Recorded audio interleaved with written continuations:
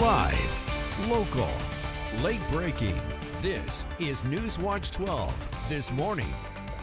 Good morning. The time is 5:30 on February 2nd. Welcome to NewsWatch 12 this morning. I'm Carlos Murrieta. Right now we're first taking a live, beautiful look out at Mount Shasta from the Mount Shasta Resort. Let's go ahead and check in with our Storm Alert Weather 12 meteorologist for a look at our Monday.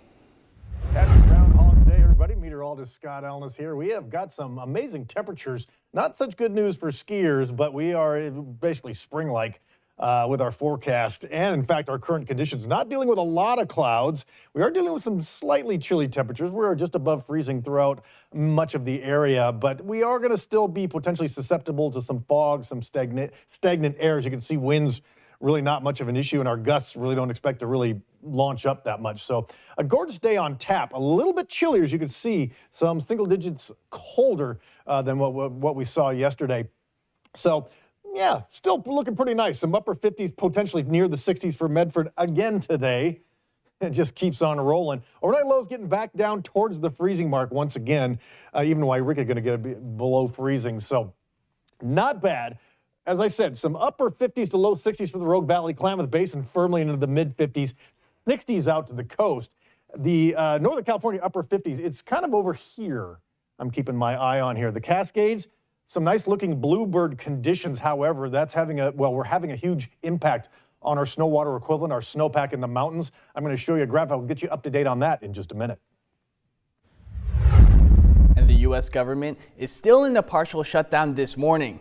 Hours before Friday's deadline arrived, the Senate reached an agreement on a funding bill. However, that deal isn't official until the House votes on the matter, and it appears there are still some things that need to be worked out. The U.S. starts a new week without Washington, D.C. running at full speed, and on Tuesday, the House is expected to vote on the funding package that passed through the Senate last week. The legislation backs most government agencies through much of the year, except the Department of Homeland Security, which will only get funded for 2 weeks while lawmakers work to reform DHS's immigration operations. Question mark over a government shutdown is certainly a big one and a political problem, really for both parties, but certainly for Republicans right now, as the polling is showing a great deal more pressure on them. This partial government shutdown will not result in tens of millions of Americans losing their food assistance benefits, but other travel could be hindered, and some people might not be able to get certain federal loans to buy homes or operate small businesses. This partial government shutdown is expected to last until at least Tuesday. And Oregon Governor Tina Kotek is calling upon Oregonians to remain peaceful following protests on Friday that prompted Eugene PD to declare a riot in a response from President Trump. Eli Kuhn has the details. Peaceful protest is an important constitutional right. I would argue our ability to protest is in the DNA of Oregonians, and we are seeing protests across our state. It's also true that we can do that without breaking the law, damaging property, or putting other people at risk. Governor Tina Kotek, Eugene Mayor Karen Knudsen, and other Democratic Oregon public officials addressed the protest-turned-riot declared by Eugene police on Friday night, after EPD says several demonstrators broke windows in the downtown federal building. And that's when federal agents then fired tear gas and pepper onto a crowd of protesters. To all of the extraordinary peaceful protesters who have been showing up across our community, you are not doing anything wrong. Peaceful protest is a sign of health in a functioning democracy. It does not include property damage or vandalism or assault. Those actions have real consequences, and people will be held accountable for them.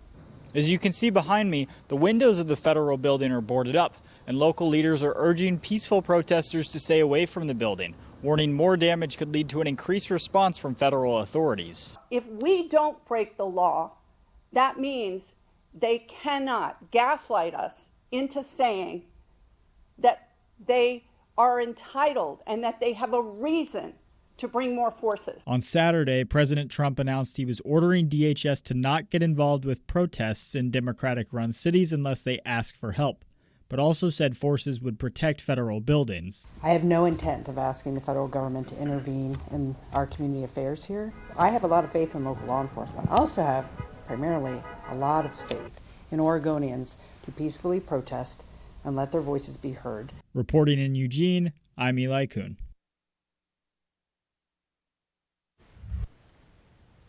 In news this morning, Grants Pass City Councilman Seth Benham has announced that he'll be running for Oregon State Representative for House District 3.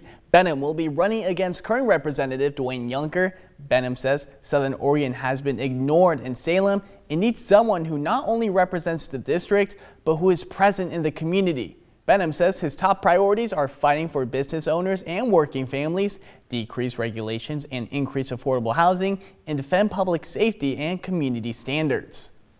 I want to bring positive change to the area. I've lived here my whole life. I've invested in the community, spent countless hours trying to, get the Main Street program going, and city council. So I like to hear people out and get their opinions. And I think that's a very important piece of it, right? Is just hearing people out and understanding where people come from.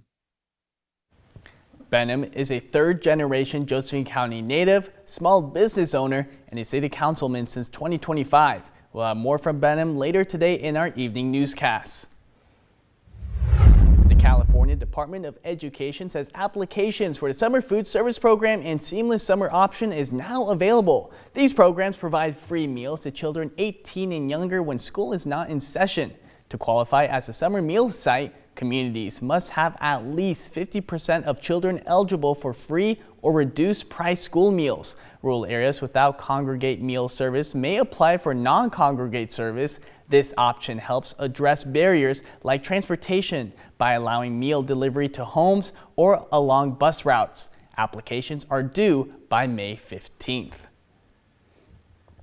And Medford's busiest firehouse is getting a major upgrade. NewsWatch 12 Samantha Cadera rode along with firefighters at Station 15 to see how they're keeping the city safe, even while waiting for their new station to be completed.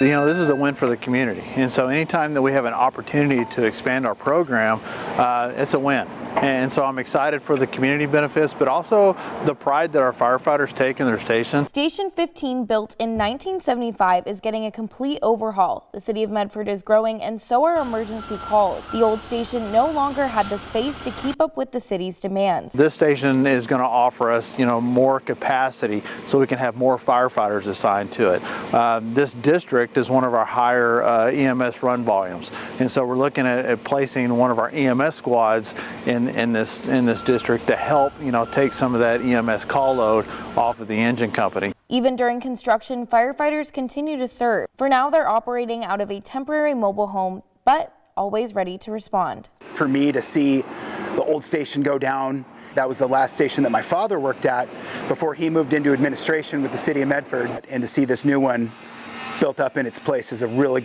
just cool experience for me to have. During just a few hours during my ride-along, firefighters answered back-to-back calls. The new station is designed to handle this high volume with more personnel and larger bays for equipment. One of the upgrades that we have moved forward with this station, we're going to have the clamshell style doors, which are faster opening than most overhead doors like we have here next to me. That will shave time off where a response, because in our line of work, seconds do count. Our firefighters, they take so much pride in their facilities and in their surroundings, and so I'm very excited for them, and also we're improving our serviceability to the citizens. Set to open in fall of 2026, the $9.5 million project remains on budget and ahead of schedule. Once complete, Station 15 will house additional apparatus, EMS support, in a modern facility for the firefighters who protect Medford every day. Reporting in Medford, I'm Samantha Cadera. And in a strange situation in Grants Pass, a vehicle pulled into a church with smoke pouring out of its window. A person reportedly tried to retrieve something from the vehicle but couldn't due to the flames and ended up taking off, running across Redwood Avenue towards Redwood Highway. And across our region, residents use the Pulse Point app to find out about accidents, structure fires, and medical calls in their area. But the app also has a unique feature. It can notify users when there is a CPR needed 400 yards or less from their location. This allows citizens to help someone in medical need before medics or fire crews arrive.